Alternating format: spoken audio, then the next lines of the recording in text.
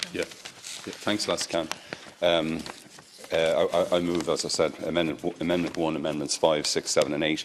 And Amendment 1, Minister, of course, goes back to a topic discussion we've had with you across the floor at second stage and at other discussions about the welfare of greyhounds. And in the definitions in lines 17 and 18 and page 9, of course, we seek to place a white list, means the annual list prepared by welfare members of the International Greyhound Forum in conjunction with Rásaíocht Chun Éireann, and which at its sole discretion meet minimum for the export to countries which meet minimum standards with regard to the welfare of greyhounds, and to which the licensed export of greyhounds from the state only ought to be permissible.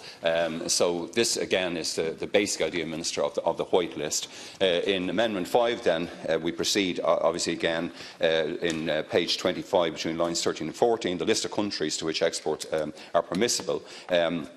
That you would prescribe from January 2020 a regulation of the list of non-EU countries which meet minimum standards with regard to the welfare of greyhounds, and that you take into account the past record of the relevant country related to the welfare of greyhounds, the welfare of animals in that country generally, the existence of the relevant country of enforceable welfare protections, the monitoring and enforcement of that relevant country, and the standards of care and management in that country.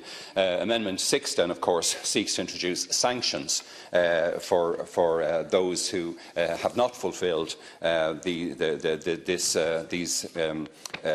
conditions in the amendments before us. That will be an offence to export, attempt to export, to assist another person to export to a non-EU country which is not in the white list. Of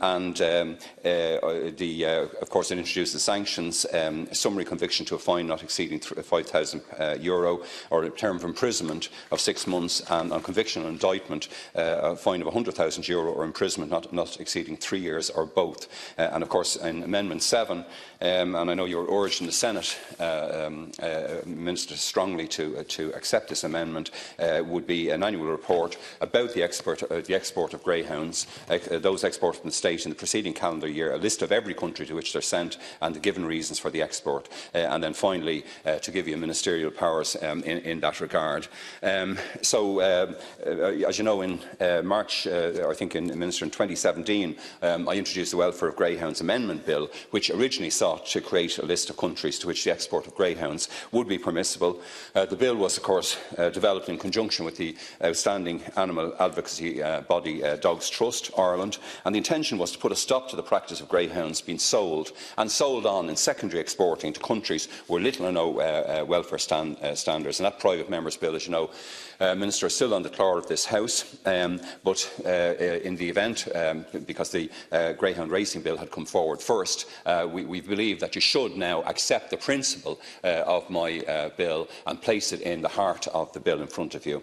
I'm not really convinced with the arguments which I think you made in the Shannon, that we can't police where greyhounds are being sold onto, in other words, secondary exporting, because we do have evidence of Irish bred and owned dogs ending up in Macau in China, and we've had horror stories of Pakistan and various other countries where the welfare of animals doesn't seem to be a priority. And given that we have this long history of greyhound racing, that the cultivation, if you like, and the breeding of greyhounds, it's an important part of our national agricultural culture, if you like. I think we should be trying to create an example for this to the rest of the European countries.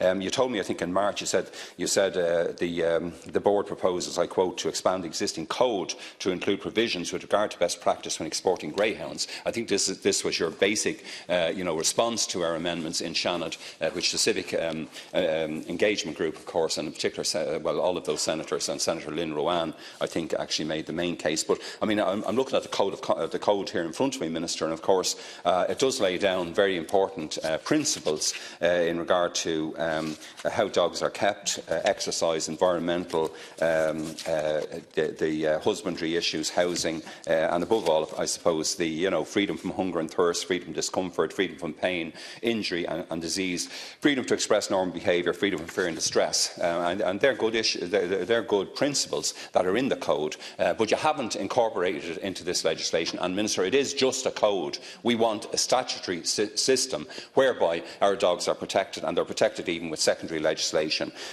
You told me, of course, Borden had gone before. It was committed committed to the expansion of the Code of Practice in the care of welfare in greyhounds to include advice on best practice, and moving on, it would engage and accept input from members of the Greyhound Forum in formulating the expansion code. But the problem again is, Minister, we are just talking about a code. We're not talking about a statutory obligation, and I think that's what we need to move towards tonight.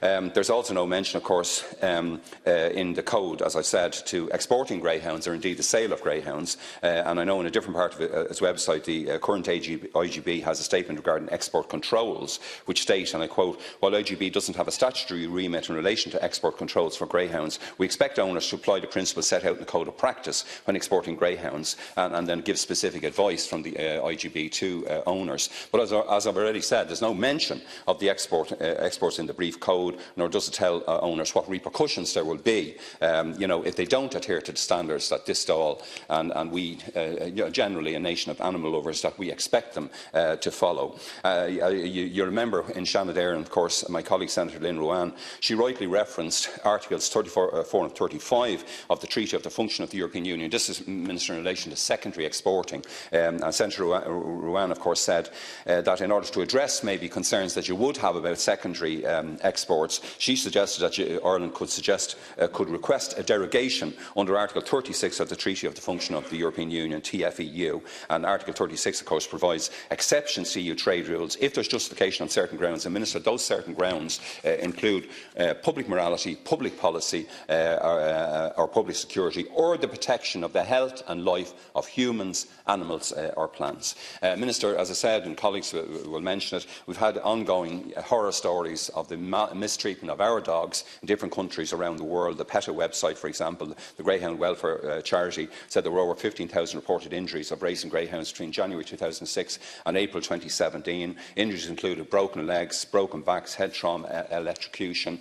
We noticed, in fact, it was rising up against these type of treatment of our dogs and dogs generally, that the state of Florida, where a good part of the American greyhound racing industry was placed, the state of Florida, of course, closed down greyhound racing. So I'm asking you again, Minister, please accept these amendments, create a white list, and let us ensure that our dogs are treated properly when they're exported. Thanks, Cameron.